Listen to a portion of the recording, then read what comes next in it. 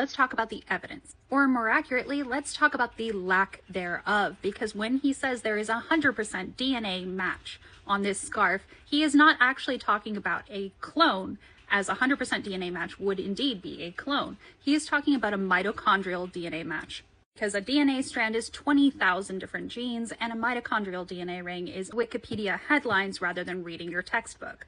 And guess what? The mitochondrial DNA that he found on this scarf were not very unique at all. In fact, 99% of Europe would match the DNA found on that scarf. But hey, that's really no problem for Russell Edwards, king of bad science, because all he had to do was match it to 2 descendants, and they're both European.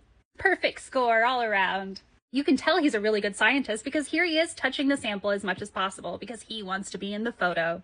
By the way, he's persona non grata in Britain right now because he did this to a poor victim's family, saying that he found the long missing Keith Bennett. Here he is with a shovel. He just loves posing for pictures. Now, the shawl that Edwards bought in 2007 has never been kept clean. It is covered in blood. It is covered in swimmers, possibly because it was owned by a video store that said it had belonged to Jack the Ripper. People my age or older will know how gross that is. But the craziest thing about this story is actually that this shawl so clearly never belonged to Catherine Eddowes. For one thing, it's not even a shawl. In 1888, the average male height was 5'6". The average female height was around 5 foot tall. This shawl is 11 feet in length, which makes it a tablecloth. Plus, it is imported from Russia, woven silk. This was way out of Catherine Eddowes' price range, and she had just come from the pawn shop when she was murdered. She sold everything of value that she still owned, and they were small trinkets like a pair of men's shoes.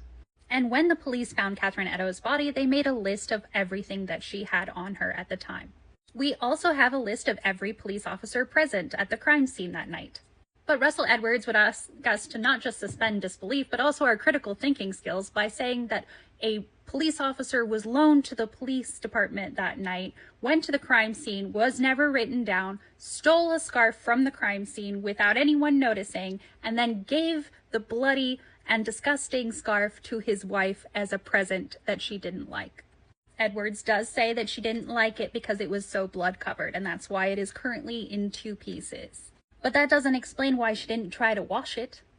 Now Edwards is out shilling his second version of this fanfic about Jack the Ripper, and he's about to utilize more British tax dollars on frivolous investigations to promote his new book. So now I'm predicting he'll put the shawl back up for auction, probably for a little less than $4.7 million this time, since it didn't sell the first time around and his story's gotten only harder to believe.